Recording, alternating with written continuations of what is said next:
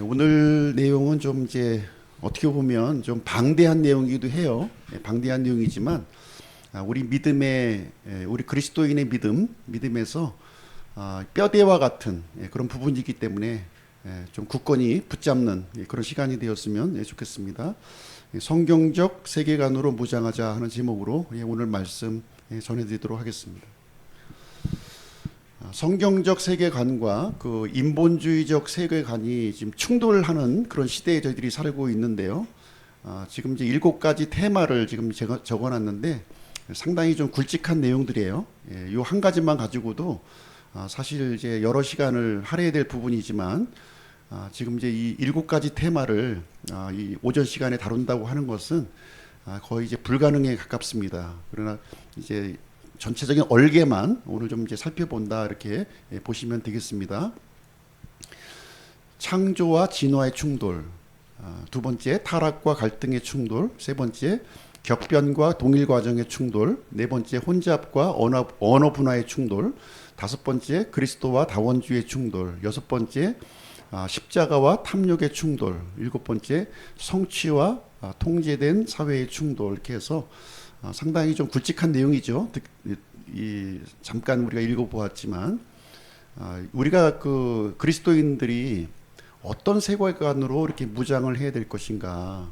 지금 세상의 이 세계관과 우리가 가져야 될 이 세계관은 굉장히 큰 격차를 보이고 있고요. 충돌을 일으키고 있습니다. 그래서 이 시간에 성경적 세계관으로 무장해야 되겠다 하는 그런 각오를 우리가 하는 그런 시간을 가졌으면 좋겠습니다. 먼저 세계관의 정의에 대해서 좀 볼게요. 세계관은 영어로 이제 월드 뷰입니다. 월드 뷰, 세상을 보는 관점이다 이렇게 보겠는데요. 세상을 이해하고 해석하는 이제 방식이 이제 되겠습니다. 많이 배운 사람이든 못 배운 사람이든 많이 가진 사람이든 못 가진 사람이든 예외 없이 세계관을 갖고 있어요. 이것은 인식을 하고 있든 인식을 하지 못하고 있든 세계관을 가지고 있고요. 이 세계관을 가지고서 또 생각하고 우리는 행동을 하고 있는 거예요. 그래서 어떤 세계관을 갖고 있느냐 하는 것은 대단히 중요한 거예요. 내가 어떤 세계관을 가져야 할 것인가. 특별히 우리가 그리스도인으로 부름을 받았지 않습니까? 우리가 구원받았다면. 그래서 그리스도인으로서 마땅히 가져야 될 세계관은 어떤 것인가 하는 것은 우리가 좀 생각해 봐야 될 부분이라는 겁니다. 그래서 이 세계관은 그 세계관의 형성은요 다양한 요인에 의해서 형성이 돼요. 그 사람이 이제 자라온 환경, 또 그 사람이 배운 교육, 또 주변의 여러 가지 그 어떤 이 문화라든가 철학이라든가 이런 것에 영향을 이제 받는다는 것입니다. 그리고 이 세계관은요 개인뿐만 아니라 집단의 사고와 행동까지도 이렇게 유발시키는다는 거예요. 그래서 많은 사람들이 지금 움직이고 있고 생각하고 있고 또 이게 행동을 하고 있는데요. 그 기저에는 이 세계관이 이제 있다는 것입니다. 그리고 이 세계관은요 고정된 것이 아니라 변할 수 있다는 거예요. 가변적이라는 거죠. 가변적입니다. 그래서 세계관은 삶의 목적과 방향을 결정하는 것이기 때문에 우리가 그리스도인으로서 이 땅의 삶을 살아가기 위해서는 어떤 세계관을 가져야 하는가 하는 것은 대단히 중요하다는 겁니다. 그래서 오늘 오전에는 이 그리스도인들이 가져야 될 7가지 세계관을 이제 그 인본주의적 세계관과 비교하면서 이제 말씀을 드리도록 하겠습니다. 여기 보시면요, 동일한 그 우리 지구를 이제 바라보고 있지만, 이 성경이라고 하는 관점을 가지고 이 지구를 보는 것과요, 그리고 이런 인간의 이론, 인간이 가지고 있었던 이론을 가지고 보는 관점이 전혀 다르다는 거예요. 전혀 다른 결과를 보여주고 있습니다. 이렇듯 이 세계관은 이제 안경과 같은 거죠. 이 파란색 안경을 쓰고 보면 온 세상이 파랗게 보입니다. 반면에 빨간색 안경을 끼고 보면 모든 게 빨갛게 보이는 거예요. 그래서 우리가 어떤 안경을 쓰고서 세상을 바라보느냐 하는 것은 대단히 중요한 내용이 되겠습니다. 그리스도인들이 가져야 될 세계관을 이렇게 보시면 요한일서 5장 19절 말씀 가지고 왔는데요. 또 우리는 하나님께 속하고 온 세상은 사악함 가운데 있음을 우리가 안다 이렇게 하고 있습니다. 우리는 어디에 속해 있다고요? 하나님께 속해 있는 거예요. 하나님께. 세상은 어디에 속해 있습니까? 사악함 가운데 속해 있다는 겁니다. 우리는 하나님께 속해 있고 세상은 사악함 속에 속해 있다. 성경 우리에게 알려주고 있는 것이죠. 그러면 어떤 세계관 우리가 가져야 되겠습니까? 이 사악한 세상에서 이렇게 우리가 올바르게 분별하고 판단하고 행동하기 위해서는 이제 분별하는 능력이 저에게 있어야 된다는 거예요. 분별하는 능력이. 이 분별하는 능력이 없으면 어떻게 돼요?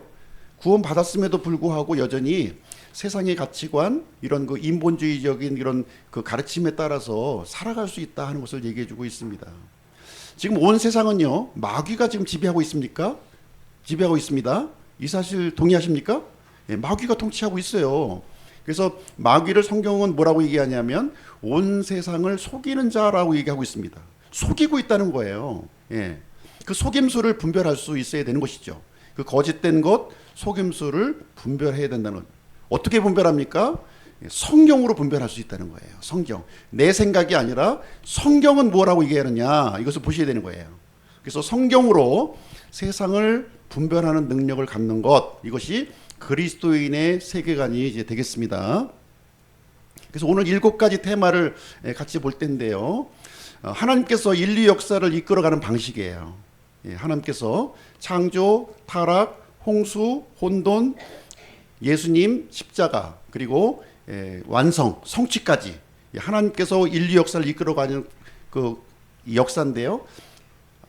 이 눈으로 세상을 보는 거예요. 이 눈으로. 이것이 성경적 세계관이 이제 되겠습니다. 자, 첫 번째는 창조와 진화의 충돌이에요. 창조. 이 세상은 창조되었습니까? 진화되었습니까? 일반 과학자들은 모두 진화되었다고 얘기해요. 교회 안에서만 창조되었다 이렇게 얘기하고 있는 것이죠. 근데 성경은 분명하게 우리에게 이 보이는 것과 보이지 않는 것, 모든 세계를 하나님께서 창조하셨다 이렇게 얘기하고 있습니다. 창조의 목적이 뭡니까? 여기 보시니까 맨 마지막에 있죠. 모든 것이 그분에 의해 창조되었고 그분을 위해 창조되었느니라 이렇게 하고 있습니다. 이 모든 세계, 보이는 세계와 보이지 않는 세계는 누구에 의해서 창조되었다고요? 예수님에 의해서 창조가 되었고, 또 창조된 모든 만물은 예수님을 위해서 창조되었다. 지금 이렇게 얘기하고 있는 거예요. 근데 일반 세상 사람들은 그렇게 믿지 않는 거죠. 이 일반 사람들은 이 세상은 오랜 시간에 걸쳐서 우연히 이런 모습을 갖추게 되었다. 특별히 과학자들은 빅뱅이라고 하는 사건을 통해서 지금 이제 지금과 같이 질서 있는 이런 모습을 갖추게 되었다. 이렇게 주장을 하고 있는 것입니다. 우리 그리스도인들은 어떤 태도를 가져야 될까요? 이 진화의 거짓 프레임 속에서 우리가 살고 있다는 거죠. 지금 진화라고 하는 거짓 프레임 속에 살고 있습니다. 그들은 뭐라고 얘기하냐면 진화는 과학이고 창조는 종교야 이렇게 얘기합니다. 이 프레임을 걸고 있는 거예요. 진화는 과학이야, 창조는 종교야 이렇게 얘기합니다. 사실이 아니라는 거죠. 창조는 신화라는 거예요. 신화. 그러나 한번 자세히 한번 봅시다. 진화의 증거가 있습니까? 진화했다고 하는 결정적인 증거가 있습니까? 과학자들은 제시하지 못하고 있어요. 과학이라고 하지만 제시하지 못하고 있다니까요. 과학이라고 하는 것은 관찰할 수 있어야 돼요. 실험할 수 있어야 됩니다. 진화가 관찰이 되고 실험이 되고 있나요? 불가능하다는 거예요. 불가능하다는 겁니다. 반면에요, 창조는 종교라고 지금 이제 프레임을 걸고 있지만 성경에서 말하고 있고요. 성경에서 분명하게 얘기하고 있고요. 모든 이 세상을 바라보았을 때 설계의 증거가 너무나도 풍부하다는 거예요. 이 태양계의 모습, 또 이 지구의 모습, 또 지구 안에 있는 이 생명체의 모든 모습을 볼 때 이 설계의 증거, 누군가 특별한 목적을 가지고 만들었다고 하는 설계의 증거가 풍부하게 있다고 하는 사실입니다. 그래서 우리는 3단계 진화론의 허구를 우리는 좀 지적할 수가 있어야 되는 거예요. 만약에 이 3단계가 검증이 돼야 되는 거예요. 만약에 진화가 과학이라면 요 3단계가 검증이 돼야 됩니다. 이 연결고리를 증명하지 못하고 있어요. 어느 과학자도 증명하지 못하고 있습니다. 첫 번째로 무기물에서 유기물이 되는 것을 증명해야 됩니다.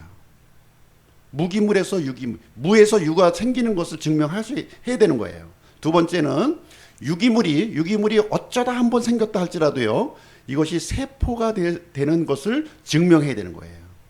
예, 단순한 것에서 복잡한 것으로, 예, 이것을 증명해야 됩니다. 우리가 살고 있는 이 세상은요, 모든 것이 무질서로 향해서 가고 있어요. 무질서로. 그렇지 않습니까? 예. 또 세 번째는 단세포 아메바와 같은 것이죠. 아메바와 같은 것이 고등한 생명체로 변화되는 것을 증명해야 되는 거예요. 어느 과학자도요, 요 세 단계를 증명하지 못하고 있다는 내용이 되겠습니다. 사람의 DNA 구조를 보시게 되면 우리 사람들은 23쌍 46개의 염색체로 되어 있죠. 46개. 아마 이제 이 학교에서 가르치고 있는 내용인데요. 하나의 세포에 보통 우리 사람들은 70조개에서 한 100조개의 세포로 구성되어 있습니다. 그 중에서 한 개의 세포에 좀 보시게 되면 그 안에 23쌍의 염색체가 있는 거예요. 23쌍의 염색체가 있다. 예. 근데 그 염색체가 실처럼 이렇게 엉켜져 있는 거예요. 엉켜서. 예, 실처럼. 그래서 이것을 쭉 풀어가지고서 이 핵 속에 있는 염색체를요, 쭉 풀어서 이렇게 연결시켰을 때 그 길이가 2m입니다. 이건 과학적으로 발견된 사실이에요. 2m가 세포 안에 그 핵 속에 그 연결되어 있는 것을 연결시켰을 때 2m가 되는데요. 2m의 그 염색체는 이중 나선 구조로 되어 있어요. 이렇게 사다리처럼 이중 나선 구조로 되어 있어 가지고요. 한쪽 부분은 아버지로부터, 한쪽 부분은 어머니로부터 이렇게 받아서 쭉 연결이 되고 있는 거예요. 예. 그래서 30억 개의 염기쌍으로 구성이 되어 있습니다. 이 두 개의 나선 구조가요, 붙어 있는 게 아니라 떨어졌다 붙었다 하는 거예요. 예. 한쪽은 모계로부터, 한쪽은 부계로부터 와서 정확하게 딱 달라붙어야 되는 겁니다. 30억 개가 하나의 오차도 없이 달라붙었을 때 생명체가 되는 거예요. 난자와 정자가 만나서 하나의 생명체가 되는 겁니다. 그리고요, 이 염기쌍에는 2만 개에서 2만 5천 개의 유전자가 있다는 거예요. 아니, 이것이 오랜 세월, 예, 우연히 이렇게 생길 수가 있나요? 이 생명체가 이렇게 정확한 생명체가 있을 수 있냐고요. 실험이 되나요? 예. 또 한 가지 결정적인 증거는 사람이 진화가 되었다고 이렇게 가정한다면, 이게 가능하다고 본다면, 오랜 세월이 지나서 우연히 사람이 될 수 있어. 만약 이것을 이제 이 가능성을 좀 생각해 본다면 절대 불가능한 이유가 있어요. 절대 불가능한 이유. 예. 오랜 시간 우연히 진화되었다고 가정해 보자는 거예요. 가정해 보자. 그런다 할지라도 불가능하다는 거예요. 왜 그렇습니까? 남자만 진화가 되어서는 안 돼요. 여자만 진화가 되어서도 안 된다는 겁니다. 남자, 여자가 같이 진화가 돼야 돼요. 같이. 그렇지 않습니까? 근데 같이 진화가 돼도요, 남자는 미국에 살고 여자는 저 호주에 살고 있다면 가능하겠습니까? 불가능하죠. 어떻게 만나요? 예. 같은 장소에서, 그리고 같은 시간에 진화가 되게 되는 거예요. 오랜 시간 우연히 진화가 되었다 할지라도 같은 시간, 같은 장소에서 진화가 되어서 자손까지 나올 수 있어야지 진화가 이루어지는 거예요. 이것이 가능합니까? 예, 불가능한 일이죠. 이것은. 그래서 우리는 이 두 가지 믿음 체계 속에서 살아가고 있는 거예요. 우리는. 예. 세상은 뭘 주장합니까? 진화되었다. 성경은 뭐라고 주장합니까? 창조되었다. 이렇게 얘기하고 있습니다. 그래서 우리 그리스도인들은 창조 믿음으로 우리가 무장을 해야 되는 거예요. 하나님께서 우리를 창조하셨구나. 나는 자연의 우연한 산물이 아니야. 하나님의 특별한 목적과 사명을 준 그런 존재, 하나님의 형상으로 유일하게 창조한 존재라고 하는 그런 믿음을 갖고 있어야 되고요. 진화론에 지금 이제 속고 있는 이 세상을 바꾸는 사명이 우리에게 주어졌다는 것을 우리가 인식을 해야 될 줄로 생각합니다. 두 번째 파트 넘어갈게요. 타락과 갈등의 충돌입니다. 타락과 갈등의 충돌. 우리가 이해할 수 없는 부분이 뭐냐면 우리가 살고 있는 세상은 왜 이렇게 어려움이 많고 고통이 많은가 하는 거예요. 이런 전쟁이 있고요. 범죄가 있고요. 자연재해가 있고요. 이 불행한 일들이 너무나 많은 거예요. 이 불행한 일들의 원인이 무엇이냐는 것이죠. 그것은 성경에서는 타락이다 이렇게 하고 있어요. 타락. 인간이 타락했기 때문에 모든 문제가 생겼어. 질병도 생겼고 전쟁도 일어나는 것이고 모든 갈등과 불행한 일들이 인류의 타락으로 발생된 것이다 이렇게 합니다. 그러나 인본주의자들은 어떻게 주장하냐면요. 이것은 갈등 속에서 일어난 것이다. 갈등 속에서 자연한 산물이다. 이렇게 주장을 하고 있다는 겁니다. 성경은 분명히 로마서 5장 12절에서 한 사람으로 말미암아 죄가 세상에 들어오고 죄로 말미암아 사망이 들어왔으며 이로써 사망이 모든 사람에게 전달되었으니 모든 사람이 죄를 지었기 때문이다. 이 죄 때문에 모든 인류의 모든 문제들이 생겼다. 이렇게 하고 있습니다. 사회적 갈등 때문에 이런 고통과 어려움이 생긴 게 아니에요. 예. 원초적으로 우리의 첫사람이 하나님을 불순종하고 이렇게 그 뜻을 어겼기 때문에 생겼다 이렇게 얘기하고 있습니다. 자, 성경은요 이 고통의 원인을 타락으로 보고 있고요. 하나님께서 말씀을 주셨어요. 어떤 말씀을 주셨나요? 먹지 말라 이렇게 해서 먹지 말라.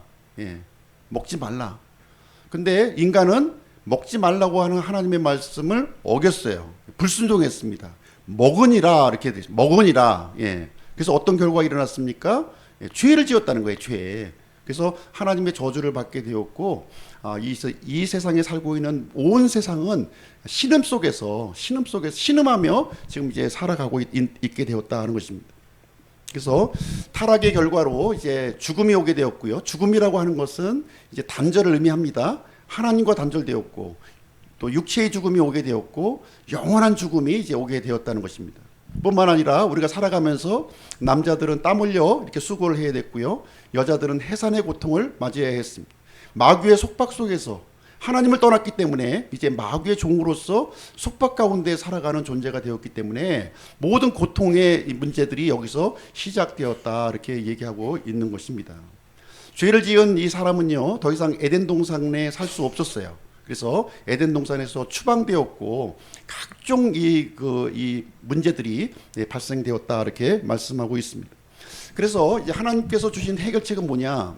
창세기 3장 15절에서 이제 인간이 지었던 이 불순종의 문제, 죄의 문제를 궁극적으로 해결할 수 있는 방법을 하나님께서 제시해 주셨습니다. 그것이 창세기 3장 15절에 있는 내용이에요.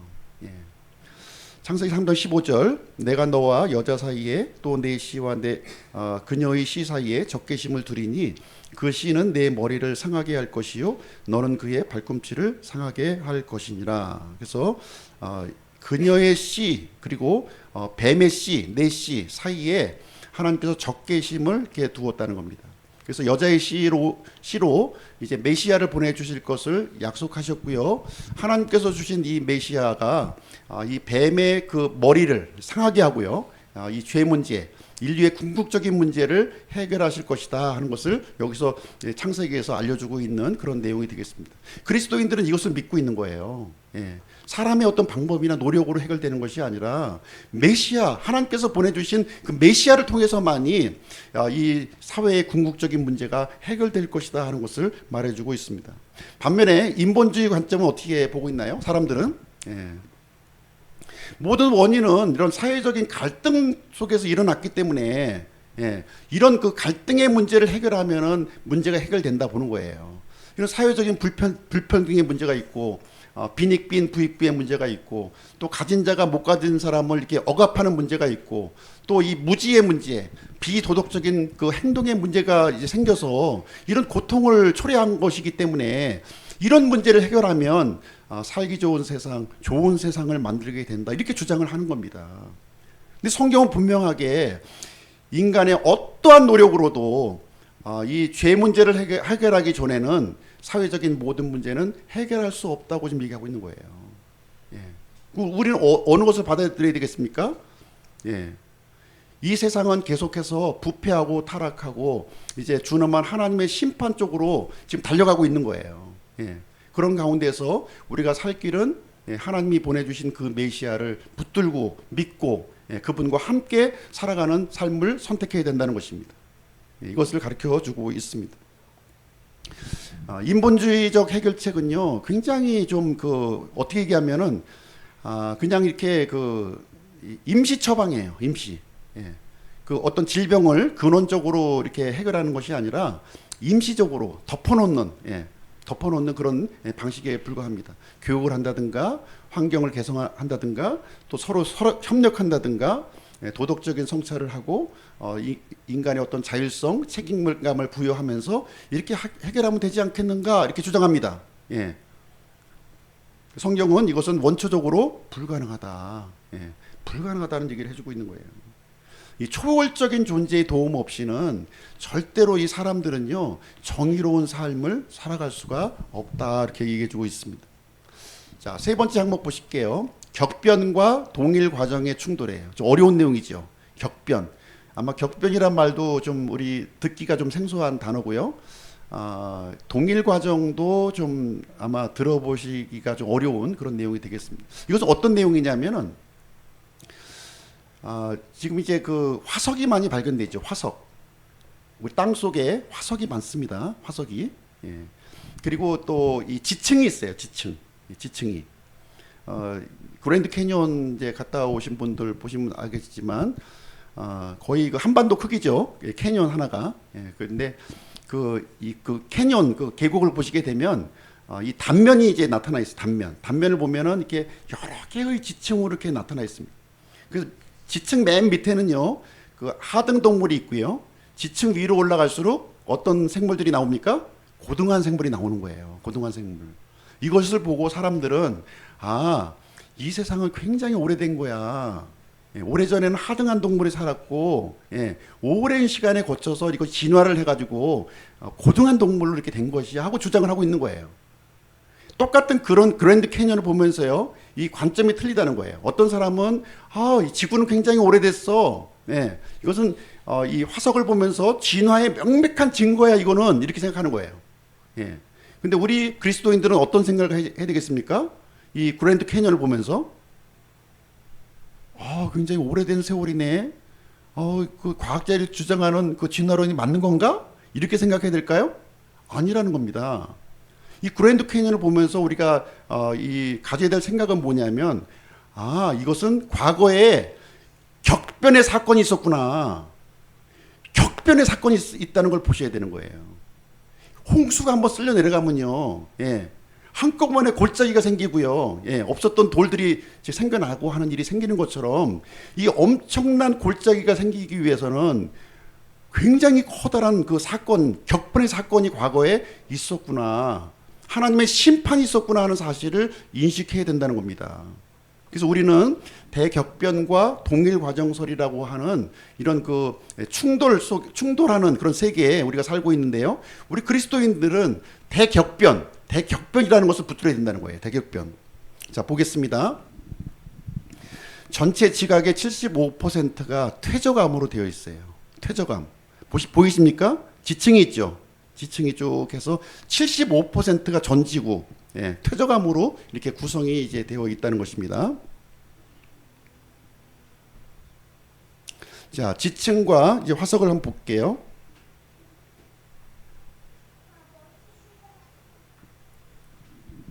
자, 성경적인 관점은 이 지층과 화석은 짧은 시간에 이루어졌다는 거예요.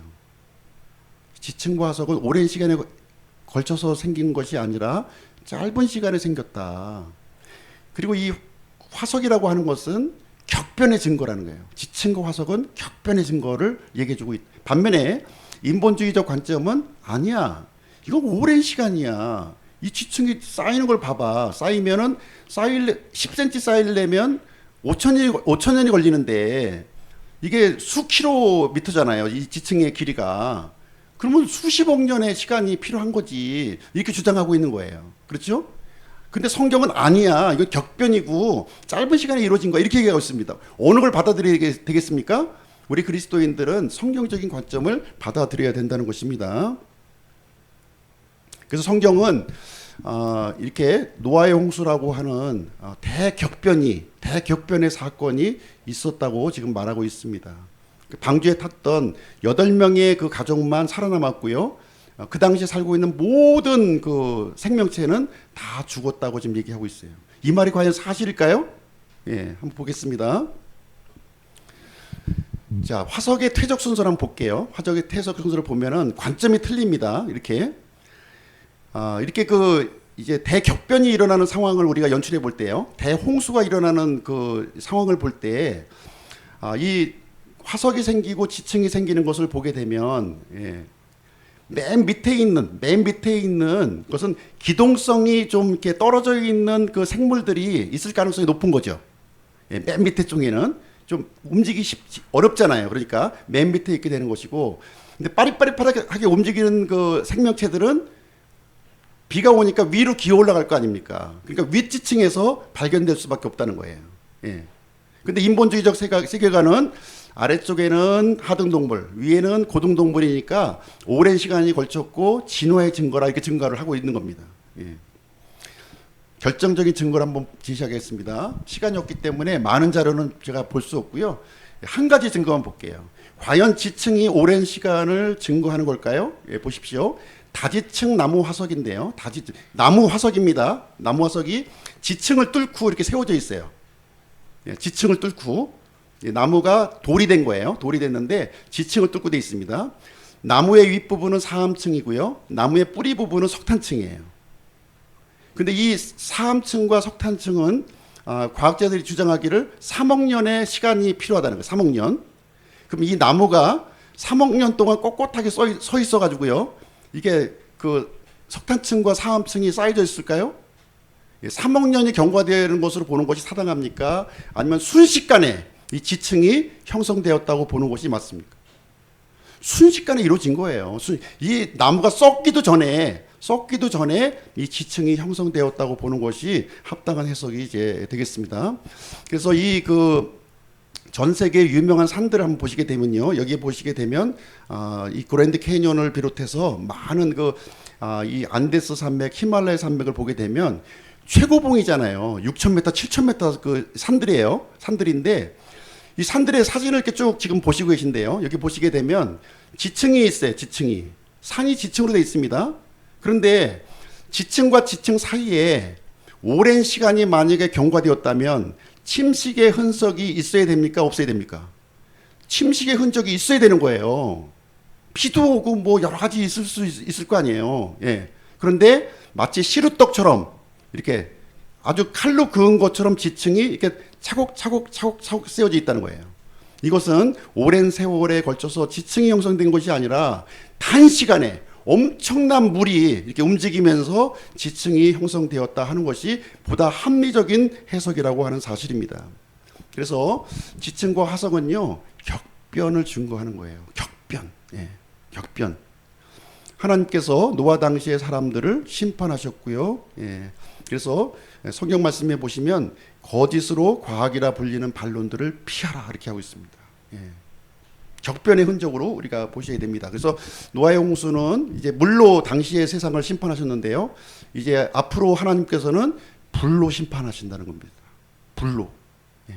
그래서 물로 심판하신 것처럼 불로 심판하시기 때문에 당시에 불순종했던 사람들을 멸망시키신 것처럼 또 장차 미래에도 불순종하는 모든 사람들을 하나님이 심판하실 것이다. 예. 구원의 방주 안으로 들어오는 사람만 살 수 있는 것처럼 예수 그리스도 안으로 들어와야 될 것을 여기서 우리에게 가르쳐 주고 있는 말씀이 되겠습니다. 자, 네 번째 그 파트인데요. 혼잡과 언어 분야의 충돌입니다. 언어예요. 언어를 보시게 되면 이 언어의 문제가 바벨탑 그 사건을 통해서 창세기 11장입니다. 거기에서 하나님께서 언어를 흩으셨다 이렇게 기록이 되어 있어요. 이 성경적인 시각인 거죠. 이것은. 예. 하나님께서 이 바벨탑을 쌓고 있던 이 사람들을 심판하셔서 당시에 하나의 언어였었는데요. 여러 개의 언어로 이렇게 흩으셨고, 그래서 그 바벨탑을 쌓고 있던 사람들이 전 세계로 흩어지게 되었다 하는 것을 지금 이제 성경은 가르쳐 주고 있어요. 근데 진화론자들은 어떻게 주장합니까, 이것을? 아니야. 이 언어는 사람들이 이렇게 진화해 가면서 하등한 언어에서 고등한 언어로 바뀐 것 뿐이야. 이렇게 얘기하는 거예요. 어느 것이 맞습니까? 인본주의 관점을 좀 더 자세히 보겠습니다. 다양한 언어의 분화, 이 지구상에 있는 이 다양한 언어, 지금 뭐 그 영어 회화 배우려고 얼마나 노력합니까? 그렇죠? 언어 다른 나라의 언어 배우려고 참 수고를 많이 하는데요. 이 다양한 언어의 분화는 인간의 지적 능력과 사회적 환경에 따른 자연스러운 현상이다, 이렇게 주장을 하고 있는 것입니다. 사회적인 필요에 따라서 이런 효율적인 의사소통이 필요했기 때문에 여러 가지 언어가 생기게 되었다는 겁니다. 또 문화적인 다양성과 역사적, 지리적 요인에 의해서 각자 고유한 언어들이 이렇게 생겨나게 되었다, 이렇게 주장을 합니다. 어느 주장이 맞을까요? 성경의 주장을 한번 보겠습니다. 성경에 보시면 창세기 10장에 노아의 후손들의 이름들이 거기 기록이 되어 있어요. 노아의 후손들. 노아의 아들은 몇 명입니까? 3명. 3명이죠. 셈, 함, 야벳. 그리고 노아의 손자들. 셈, 함, 야벳의 손자가 있겠죠. 손자들은 16명. 또 손자들의 또 아들들의 자녀들이 태어났는데요. 28명이 이제 총 47명이 출생한 거예요. 노아 한 사람을 통해서 이렇게 47명이 이제 되었어요. 그래서 노아 당시에는 하나의 언어였습니다. 하나의 언어였지만 이 47명의 이 패밀리들이 이제 흩어져 살면서 다양한 언어로 이렇게 형성되었다 하는 것을 얘기해 주고 있습니다. 그래서 이렇게 보시게 되면 흩어진 거예요, 사람들이. 바벨탑 쌓다가 다 흩어진 겁니다. 왜 흩어졌어요? 하나님께서 언어를 흩으셨기 때문에. 서로 의사소통이 안 되는 거예요. 그래서 의사소통이 되는 사람들끼리 이렇게 움직여 간 겁니다. 이동해 가서 이런 오늘날과 같은 이런 다양한 언어를 이제 하게 되었고요. 다른 나라의 언어를 배워야 되는 이런 시점에 저희가 놓이게 되었다고 지금 성경은 우리에게 말해주고 있습니다. 그래서 이 언어의 혼잡이요, 민족의 기원을 이루게 되었다는 거예요. 민족의 기원을 이루게 되었다. 사도행전 17장 26절에서 이렇게 표현하고 있습니다. 또 그분께서 사람들의 모든 민족들을 한 피에서 만드사 온 지면에 거하게 하시고 미리 지정하신 때와 그들의 거주의 경계를 정하셨으니, 그래서 one blood예요. one blood. 지금 우리가 뭐 백인, 흑인, 또 이제 우리 동양 사람들이 있지만 one blood라는 거, one blood. one blood인 이유는 뭐예요? 국제결혼 다 하시잖아요. 국제결혼. 다 자손을 이제 나올 수 있기 때문에 한 피로 이렇게 하나님께서 만드셨고요. 또 이제 흩으셔서 이렇게 거주의 경계를 이렇게 만드셨다. 그 이유는 여러 개의 언어로 하나님이 이렇게 바꾸셨기 때문에 그런 거예요. 그래서 여러 개의 언어가 여러 개의 민족으로 형성하는 그런 계기가 되었다 하는 것을 성경은 가르쳐 주고 있습니다. 자, 5번째입니다. 5번째. 그리스도와 다원주의의 충돌이에요. 그리스도와 다원주의의 충돌. 자, 우리 잘 알고 있는 말씀인데요. 요한복음 14장 6절 볼게요. 예수님께서 그에게 이르시되 내가 곧 길이요 진리요 생명이니 나를 통하지 않고서는 아무도 아버지께로 오지 못하느니라. 하나님께로 가는 길이 있는데요. 누구를 통해서만 간다고요? 예수 그리스도를 통해서만 갈 수 있다 얘기하는 거예요. 그것이 성경적인 세계관입니다. 예수님이 우리의 유일한 구원자시라는 거예요. 유일한 중재자가 되신다 하는 것을 여기서 가르쳐주고 있습니다. 반면에 인본주의자들은 어떻게 생각하고 있나요? 아니야. 어떻게 진리로 가는 길이 하나만 있을 수가 있어. 우리가 산의 정상에 올라가려면 여러 가지 코스가 있는 것처럼 다양한 경로가 있는 것이지 하나만 있다고 얘기하는 것은 너무 배타적인 주장이야, 이렇게 얘기하고 있는 거죠. 인본주의적인 주장은 이런 거예요. 종교가 이렇게 많이 있는데, 여러 가지가 있는데 추구하는 것은 동일하다는 겁니다. 동일한 진리를 이렇게 추구하고 있는 것이다. 그래서 초월적인 구원, 하나님만이 우리를 구원자가 되실 수 있다고 하는 것은 잘못된 주장이라고 이렇게 폄하를 하고 있는 내용이 되겠습니다. 그래서 이런 사실상 영적인 구원 자꾸 얘기하는 것보다는 그렇게 현실성 없는 얘기보다는 지금 당장 우리가 좀 먹고 살기 힘든데 돈도 많이 벌고 또 즐겁게 살고 또 여행도 하고 또 맛있는 것도 먹고 이게 중요한 거지 무슨 뭐 영원한 생명이 어디 있어 이렇게 하는 것이 인본주의적 관점이 이제 되겠습니다. 그래서 나타난 이 내용이요 교회 안에도 그대로 침투가 되고 있어요. 교회 안에도. 그래서 이제 종교 일치 운동이 이제 지금 시작하고 있는데 대표적인 것이 WCC, WEA, NCCK가 대표적인 겁니다. WCC, WEA, NCCK 이름이 다르지만 같은 거예요. 같은 겁니다. 형태는 다르지만 똑같은 겁니다. 같은 거예요. 예.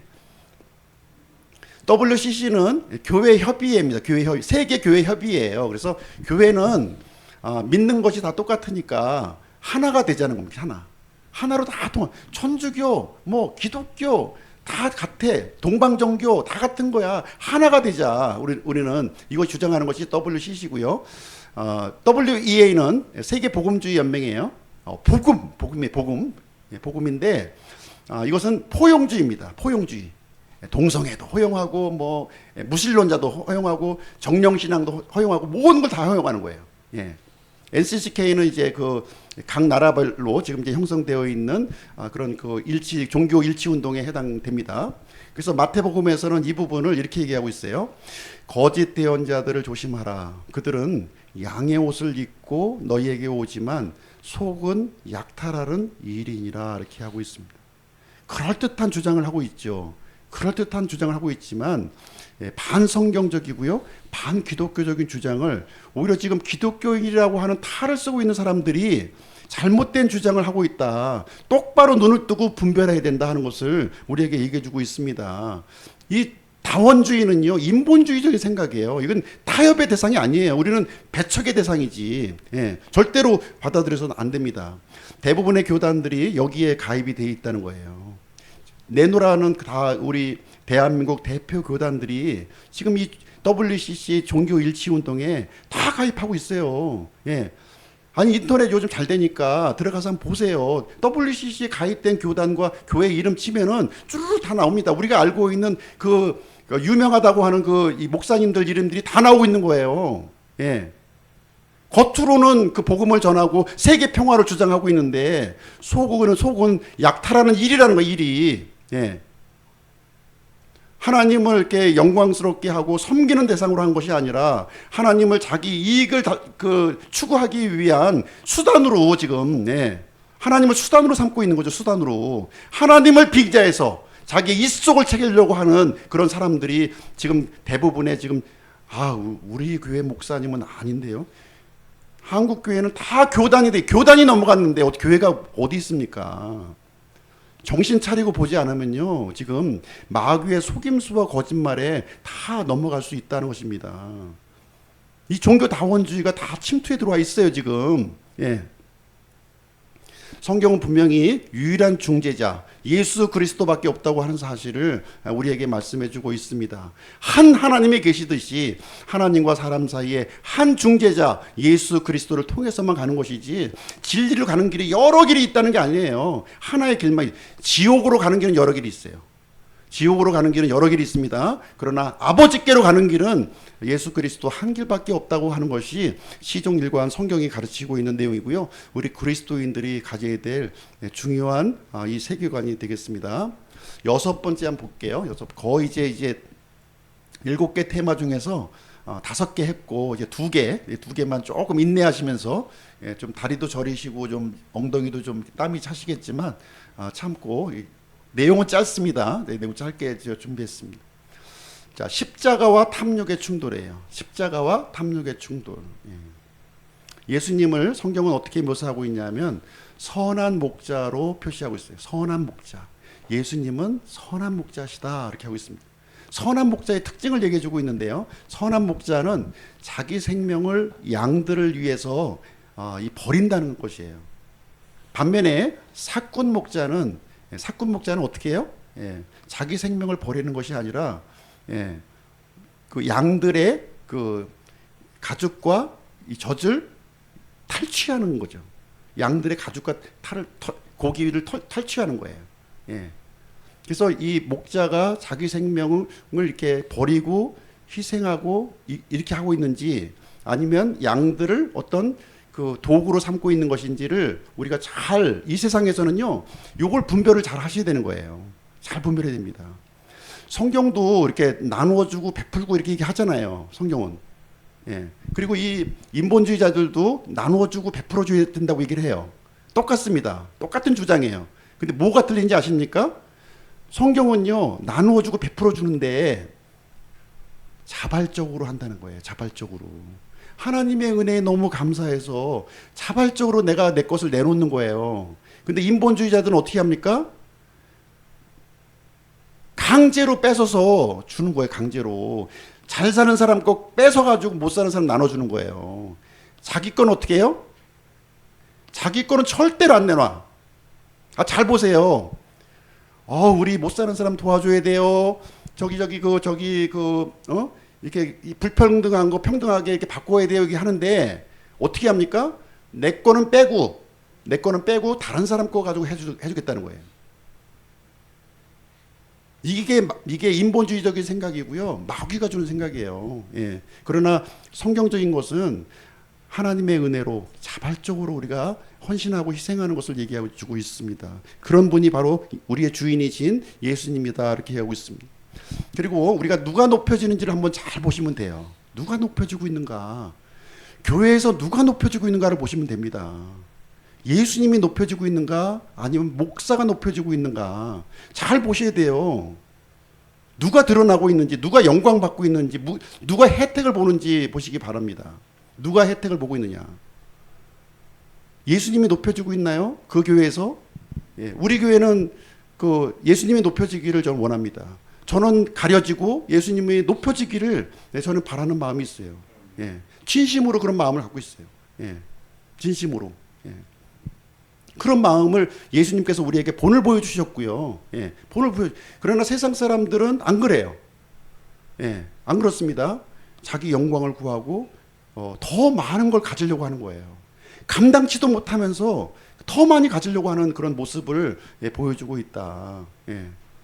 돈을 따라가면 범죄자가 보인다는 말이 있어요. 예. 돈을 따라가면 보이는 거예요. 분별할 수가 있습니다. 꼭 하나님 말씀이 아니라도요, 돈을 따라가면 그 범죄자를 누가 영광을 받고 있는지, 누가 욕심을 내고 있는지 이것을 분명히 볼 수 있다는 것입니다. 우리 그리스도인들이 가져야 될 세계관은요, 영광의 세계관이 아니에요. 예. 영광의 세계관, 내가 잘난 체 하는 세계관이 아니라는 거예요. 십자가의 세계관을 우리가 가져야 된다는 것입니다. 고린도전서 1장 23절, 우리는 십자가에 못 박히신 그리스도를 선포하노니 그분은 유대인들에게는 걸려 넘어지게 하는 것이요 그리스인들에게는 어리석은 것이다. 세상 사람들이 볼 때 걸려 넘어지는 것이고 어리석게 보이지만 우리는 십자가에 못 박히신 예수 그리스도를 우리가 높이는 것이 우리 성경적인 그리스도인의 세계관이라고 우리에게 말씀해주고 있는 것입니다. 바로 이 십자가가 하나님의 권능이요 하나님의 지혜라고 우리에게 말씀해 주고 있습니다. 십자가의 끝은 영광이에요. 비록 낮춰지고 우리가 희생하는 것이지만 하나님께서 높여주시잖아요. 하나님께서 높여주실 것을 바라기 때문에 내려놓는 거 아니겠습니까? 예. 그래서 욕심이 잉태하면 죄를 낳고 죄가 완료되면 사망을 낳느니라. 우리는 욕심을 내려놓는 것이 성경적인 세계관이 이제 되겠습니다. 그래서 십자가의 끝은 영광이며 탐욕의 끝은 언제나 멸망이다, 이렇게 말씀하고 있는 것입니다. 마지막 부분, 성취와 통제된 사회의 충돌입니다. 성취와 통제된 사회의 충돌이 되겠습니다. 마지막 부분이에요. 이제 성경의 마지막 부분. 그럼 결론은 어떻게 될 거냐 하는 거예요. 네. 계시록 21장 1절 2절에 보시게 되면 새 하늘과 새 땅이 열려지는 장면이 이제 나오게 되고요. 그리고 거룩한 도시 새 예루살렘, 신부가 남편을 위해서 단장한 것 같이 이렇게 내려오는 장면이 묘사가 되고 있습니다. 여기서 새 예루살렘은 교회죠. 우리 구원받은 성도로 구성된 교회를 얘기하고 있습니다. 예수님의 신부예요. 그래서 새 하늘과 새 땅에서 우리 구원받은 성도들이 이렇게 영원히 함께 사는 모습으로 이제 맞춰지게 되고 있습니다. 그런데 인본주의적 세계관은요, 이 지구상에서 유토피아를 건설하는 겁니다. 겉으로는 잘 사는 그런 사회를 살자 하는 것이 그 내용이 이제 되겠습니다. 자, 창세기와 계시록을 한번 비교 볼게요. 하나님께서 창세기를 여셨고요. 계시록으로 이제 모든 것을 이제 성취하고 계십니다. 창세기에서는 하늘과 땅을 창조하셨고, 계시록에서는 새 하늘과 새 땅을 창조하셨습니다. 창세기에서는 첫 아담의 실패가 기록되어 있고요. 계시록에서는 마지막 아담의 승리가 기록되어 있습니다. 창세기에서는 죄의 결과로 사망이 들어왔고요. 계시록에서는 더 이상 사망이 없습니다. 창세기에서는 사탄이 등장했고요. 계시록에서는 사탄을 멸망하고 있습니다. 그리고 창세기에서는 낙원이 상실되었지만 계시록에서 낙원이 다시 회복되는 것으로 이렇게 되어 있습니다. 세상이 말하는 유토피아 이겁니다. 세상이 말하는 유토피아. 이 방향으로 세상은 가고 있어요. 모든 시스템이 이거로 가고 있습니다. 단일 정부, 단일 종교, 단일 경제 시스템으로 지금 가고 있습니다. 이 방향으로 가고 있는 거예요. 이 방향으로. 그래서 언어의 장벽도 무너질 거예요. 하나님이 언어를 흩으신 이유가 뭐예요? 뭘 우려하셨나요? 모든 사람이 한 마음이 되어서 하나님을 대적하는 것을 하나님은 우려하셨던 거예요. 그래서 언어를 흩으셔서 이렇게 그 제한적이게끔, 하나님을 반역하더라도 제한적이게끔 하기 위해서 언어를 흩으신 겁니다. 그런데 인간들은요, 하나님의 이 뜻을 거부하고요, 단일 정부, 단일 종교, 단일 경제 시스템, 단일 언어로 지금 이제 모든 시스템이 가고 있는 건데요. 바로 이것이 적그리스도가 통치하는 세상입니다. 모든 것을 속박하는 세상, 모든 것을 얽매이는 그 세상을 지금 이제 들어가고 있습니다. 하나님께서 이 세상을 무너뜨리실 거예요. 이것을 하나님은 이미 알고 계시고요. 이 모든 계획을 루시퍼가 가졌던 이 마음을 하나님은 알고 계셨고요. 이제 최종 심판을 하나님께서 이것을 집행을 하시게 될 것입니다. 하나님께서 원하시는 것은 우리가 죄와 사망에서 해방받는 겁니다. 우리가 구원받는다고 해서 하나님에게 유익이 되는 거 아무것도 없어요. 하나님은 우리가 잘 되길 원하는 거예요. 죄와 사망의 고통에서 해방받기를 원하는 그 순수한 마음이 하나님에게 있습니다. 그러나 마귀는 그렇지 않아요. 마귀는 계속해서 우리가 죄와 사망의 종노릇하기를 원합니다. 자신이 왕으로 이렇게 군림하기를 원하고 있다고 하는 사실, 이 세계관의 싸움 속에서 우리가 살아가고 있다고 하는 사실을 영적인 분별력을 가지고 보지 않으면 다 넘어갈 수밖에 없다는 거예요. 그런가? 그런 게 아니에요. 지금 마귀는 엄청난 속임수를 지금 하고 있습니다. 거짓이 진리로 포장된 세상에 우리가 살고 있는 거예요. truth, 진리를 진리로만 보시면 너무 순진한 거예요. 진리를 다 구성하고 있는 글씨가 뭐로 보이십니까? false예요. false로 포장된 진리라는 거예요. 이 마귀는 이 false로 지장된 truth를 지금 내세우고 있는 거예요. 이게 이 속을 들여다 보셔야 된다니까요. 다 거짓에 지금 들어가 있는 거예요. 거짓으로 내용물이 거짓으로 들어가 있다는 거예요. 이것을 뭐 어떻게 할 수 있습니까? 하나님의 말씀을 기준으로 해서 분별할 수 있어야 된다는 거예요. 그래서 하나님이 이 계획하신 시간 타임 그 테이블 속에 우리가 들어가셔야 돼요. 이거 벗어나시면 안 됩니다. 여기서. 마치겠습니다. 성경적 세계관으로 무장하자는 거죠. 어떻게 제 주장이 좀 어떻게 동의가 되십니까? 우리 그리스도인들은요, 정신 차리셔야 돼요. 지금 정신 차리셔야 됩니다. 교회가 점점 약화되고 있는 이유가 뭡니까? 이런 인본주의적인 세계관으로 잠식되어 있기 때문에 그래요.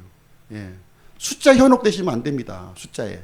하나님은 숫자로 일하시는 분이 아니에요. 진리로 일하시는 분이지. 우리는 진리를 붙잡을 수 있어야 되겠습니다. 그리스도인으로서의 삶의 목적과 의미를 명확하게 우리가 할 수 있는 것이고요. 우리는 성경의 절대적인 진리를 붙들어야 되겠습니다. 그리고 세속적인 이런 그 가치관, 철학을 우리가 대항해야 될 것이고요. 영적 전쟁을 우리가 승리해야 되겠습니다.